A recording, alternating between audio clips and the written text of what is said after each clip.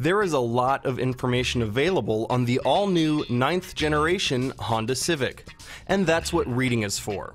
But how does it drive? That we'll take care of right here.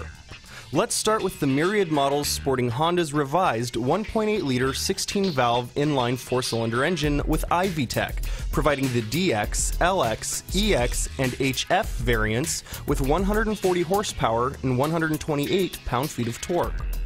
All automatic and manual transmission models receive boosts in fuel efficiency, but none more than the new HF, Honda's high fuel economy gasoline Civic, which has been designed to crest the magic 4.0 on the highway. So how do the 1.8s drive?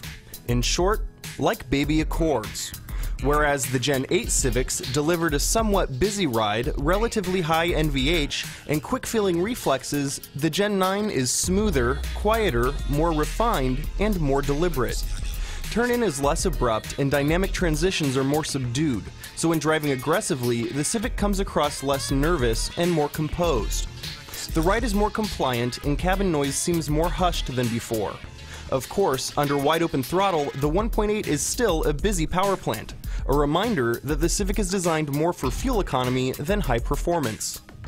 While some of Gen 8's small car charm, the immediacy of the steering, the detailed sense of the road, has indeed been lost with Gen 9, the end product is nonetheless superior, offering higher dynamic limits, better fuel economy, and improved comfort and on-road manners. Outside of the 1.8s, a hybrid and compressed natural gas model will eventually be available and we'll cover those at that time. But for now, let's talk about the enthusiast Civic, the SI. The bad news?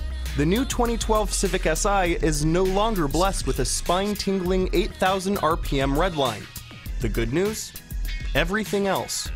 Yes, the high RPM screamer that was the 2-liter 197-horse 2011 SI is gone. But in its place appears the mid-range monster 2.4-liter 201-horsepower 4-cylinder engine with a 7,000 RPM redline. Not only are the new SI's 4 extra peak ponies realized 800 RPM sooner than before, but its 170 pound-feet of torque come on board 1,700 RPM earlier. The welcome consequences are usable power and pound-feet, whether zipping through cities, canyons, or carousels.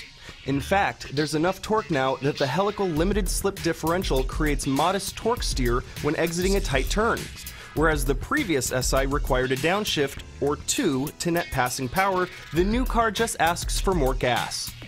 Further, the 2.4-liter hasn't lost the SI's signature racy roar. It's simply matured. Now more Robert Plant than Kurt Cobain.